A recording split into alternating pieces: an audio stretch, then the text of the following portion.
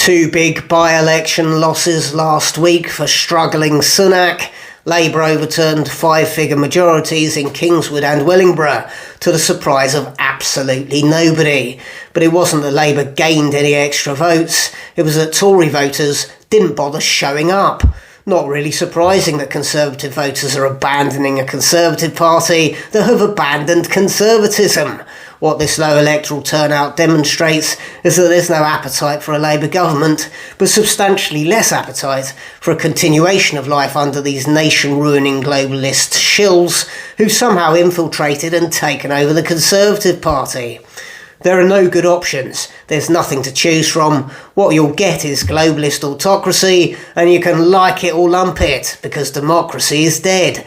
Short of some monumental act of self-sabotage, Labour are set for a huge majority at the next election. But this won't just be a short-term loss for the Tories, will it? We're now into our 14th year of ruinous Conservative sabotage. At the behest of their globalist paymasters, they've just about turned Britain into a third world country by pursuing a horrific economic policy of eye-watering taxation and profligate public spending, and literally importing half of the third world to live here through open-door immigration. We now have thousands of people who barely speak English taking a brief hiatus from scamming the benefit system to stand out on the streets of London practically every day in protest at various wars and conflicts happening thousands of miles away that have absolutely nothing to do with this country.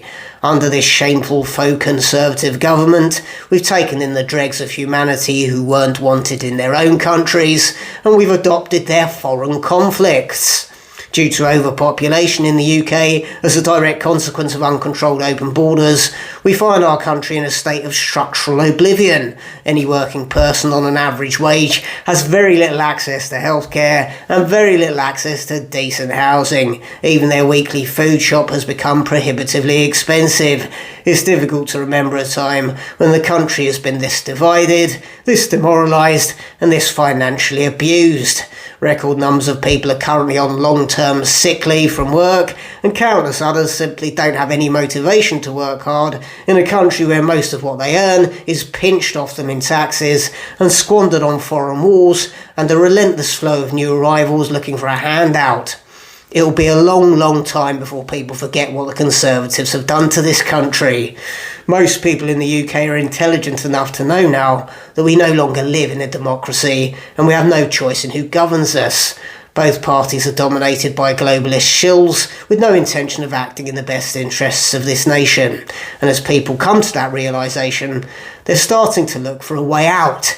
Anybody of value to this country, anybody that contributes something instead of snatching whatever they can get, has already left or is planning on leaving, seeing the UK for what it is now, thoroughly corrupted, damaged beyond repair, finished. Please do like and subscribe, and support me on Patreon for exclusive content every week. New live stand-up date in Eden now on sale, ticket link beneath this video. If you run a performance venue in the UK and you'd like to book my live stand-up show, you can contact me at info@andrewlawrencecomedy.co.uk. Thanks for watching.